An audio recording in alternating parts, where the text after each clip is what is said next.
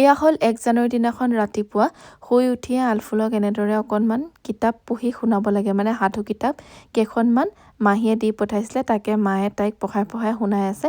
তাৰপিছতে আমি গ'লোঁ মুন্দাহঁতৰ ঘৰলৈ। আজি ভাবিছোঁ মুন্দাহঁতৰ ঘৰতে ৰাতিৰ খানাটো খাম, সেইটোকে কথা পাতিবলৈ বুলি গ'লোঁ। আৰু এইফালে গুণগুণ আহিছে আমাৰ ভাগিন, আৰু এইফালে মুন্দাক সকলোৱে চিনি পায়েই, ত্ৰিদীপ লাহন। আৰু তেখেতে আজি আমাক মানে বহুত ধুনীয়া এটা উপহাৰো দিলে। উপহাৰটো কি আপোনালোকক বাৰু দেখাম। আৰু এইফালে আলফুলে আলহী ঘৰলৈ গ'লে আৰু চাহ নোখোৱাকৈ আহিবনে? আমি মানে ভাত খাই মেলি গৈছিলোঁ, সেইকাৰণে আচলতে চাহ নাখাওঁ বুলি ক'লোঁ, কিন্তু তাই মানে বাৰে বাৰে কৈ আছে চাহ নাই দিয়া যে বুলি।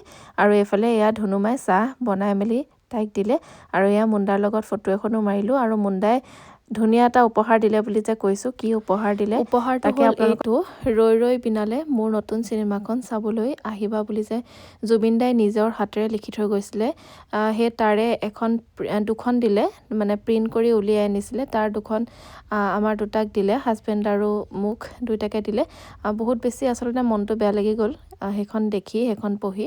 আৰু সেইকাৰণে আচলতে জানুৱাৰী মাহ আহিছে যদিও মানে একো জানুৱাৰী নিচিনা লগা নাই, মানে মন চনবোৰ একেবাৰে ভালো লগাই থকা নাই। আৰু মুন্দাই ক'লে আমাৰ ঘৰতে আজি ভাতটো খাবিহি বুলি, সেইকাৰণে তাহাঁতৰ ঘৰতে আজি ৰাতি ভাতটো খাবৰ কাৰণে আহিলোঁ। আৰু আহি মেলি এয়া আমি ভাত পানী খালোঁ, ধুনুমাই বনালে ধুনীয়াকৈ, আৰু ময়ো এইকাৰণে কিবা কিবি বনালোঁ।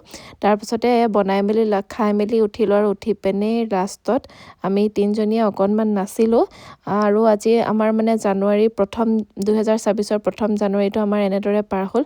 আশা কৰিছোঁ আহিবলগীয়া দিনবোৰ সকলোৰে ভাল হওক, সকলো সুস্বাস্থ্যৱান হওক, সকলোৰে দিনবোৰ ভালে কুশলে পাৰ হওক, তাৰে কামনা কৰিছোঁ। আৰু আজিৰ মিনি ব্লগটোৰ পৰা বিদায় লৈছোঁ, পুনৰ লগ পাম নতুন এটি ভিডিঅ'ৰ সৈতে। আজিলৈ আহিছোঁ, বাই।